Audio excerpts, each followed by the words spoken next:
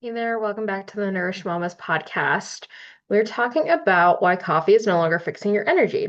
And I've been thinking about this a lot with Mother's Day coming up and just dealing with all of like the mental load that comes with that. Because I've been helping my mom prep for this weekend and we're thinking like, why is it always the moms prepping for their own celebration? And this has come up as a theme again and again in conversations this week with my clients where they're doing the organizing, they're doing a lot of like the thinking for what's going on with the family. And it's like, wow, we're doing so much of this.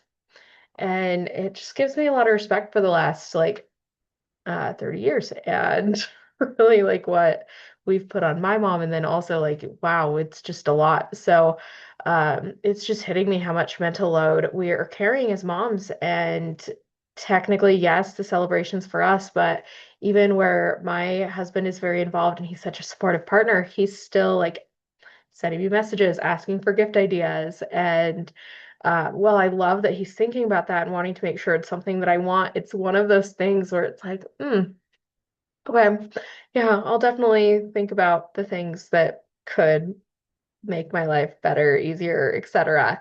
And yeah, it's not really an exhaustion issue. And coffee isn't necessarily going to fix our energy because it's not physically tired that we're feeling. It's not necessarily the lack of sleep. It's that you're mentally responsible for everything for everybody all of the time. Planning the doctor's appointments, planning dentist appointments.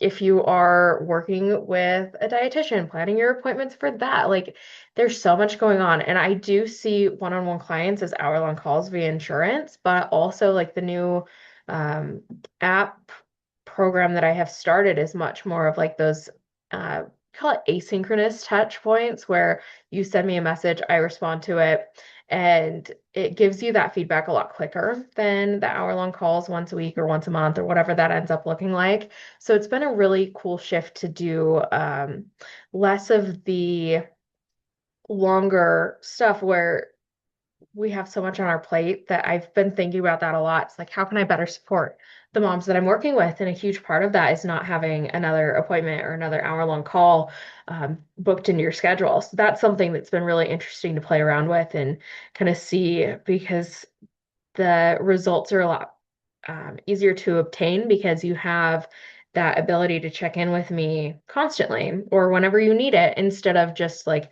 waiting a week or waiting a month to check in with me. And it just has been a really interesting thing that I've been thinking about with all of what's going on and just a lot with the mental load of everything. And it's so funny. I was just recording a reel for Instagram where like thinking about all the things I have on my to-do list, and one of them is this podcast. And like Gimli's all trying to push my phone out of my hand. And even being a pet parent, it's a lot. And I just said his name, so he's going to join us now on the podcast here. But essentially, we're dealing with schedules. You're dealing with the meals. You're planning the groceries. You're planning the planning.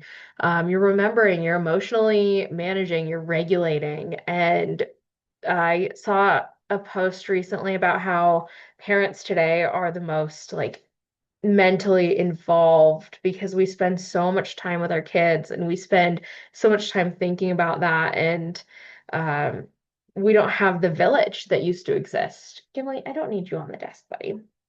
Like, there's so much less support available that's not transactional.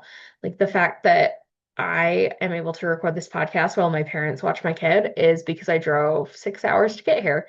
Like, we don't have that connection piece where everyone's locally around. Like, my family is very far from us, and it's like they show up and they do everything they can, and vice versa, but it's very different than when I was growing up and I had grandparents within 2 miles to 10 miles. Like it was a hugely different thing. And I've seen that more and more with my clients where the support structure, when you have it, is amazing. But when you are not near family or you travel a lot or like there's different things going on, like you just have so much more that you're carrying. And your brain is going to tell you and you're going to feel fried. And there's so much burnout. And It just is a lot. So coffee stops working because while it temporarily wakes you up, it can also increase your cortisol, so it makes you more stressed. But it doesn't remove the constant mental load, the open loops that come with life, like having the kitchen clean, making sure the projects are finished. If your kids have stuff going on at school, like there's so much input, and then there's decision fatigue. So I'm helping people plan out meals all day, which I absolutely love. It's one of my favorite things, coming up with meal ideas. But then by the time dinner rolls around, I just don't have it in me.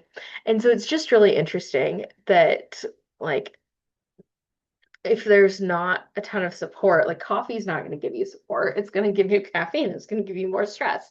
Um, Sorry, if you're watching the video over on YouTube, Gimli is like right in the frame and looking out the window at my parents' house because my dad's out like mowing the lawn and there's cotton flying everywhere. So he's very, very interested in everything going on. But yeah, basically just sitting here wondering why the coffee's not working and why are you still exhausted? And it's not because you aren't like resting, you're not sleeping, you're not doing the things, it's because your nervous system never gets a break. And how can you regulate if you don't have it taken care of? And a huge piece of this connects to food and meals becoming one more thing to figure out, another decision to make, another responsibility, feeding everybody, because you're going to feed everybody else before you feed yourself so much of the time too. And it's not because you don't care, it's just that by the end of the day, even deciding what to make for dinner feels overwhelming. Most of it is that your brain carries too much. Katie, you don't need to step on a computer. Oh, he's putting text in my notes. So one of the biggest shifts that can help moms is not more discipline, it's not stricter plans, it's not trying harder.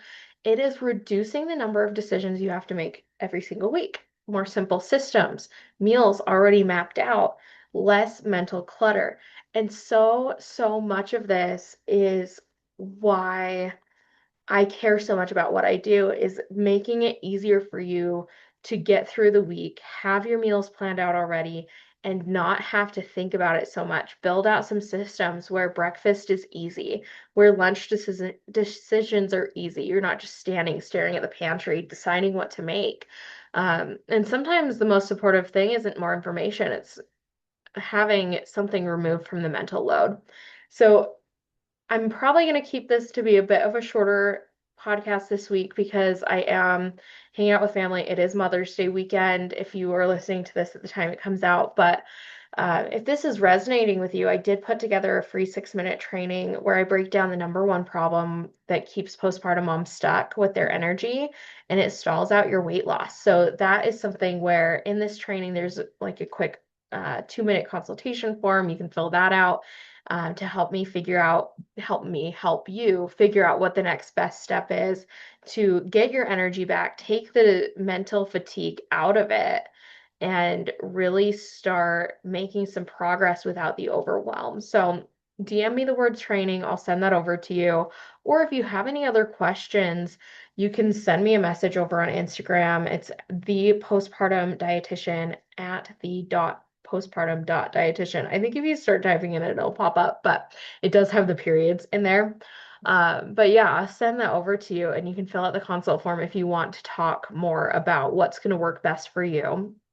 And then the other thing that I wanted to make sure to mention is the meal planning membership. If you're not in a place where you want to do coaching, you just want something that takes the decision out of it, you really want to start making some progress, but you don't have the bandwidth necessarily to go all in into a coaching container. I totally understand that. I do have the meal membership where it's all built out for you.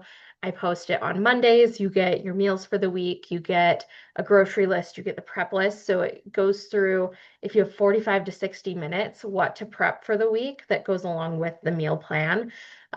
Just so that you don't have to decide, you don't have to think about your meals. It's just done for you. It's very easy.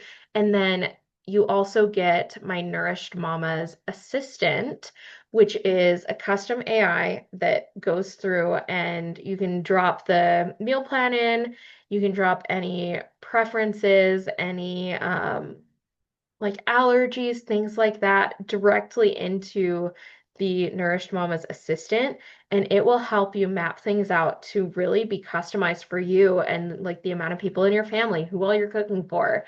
Like if you're cooking lunch and having that prep for you and your spouse or you and children, like whatever that looks like, the assistant can help you out. And it's like having me right in your back pocket so that you can just message it when you need some direct feedback and really get that immediately.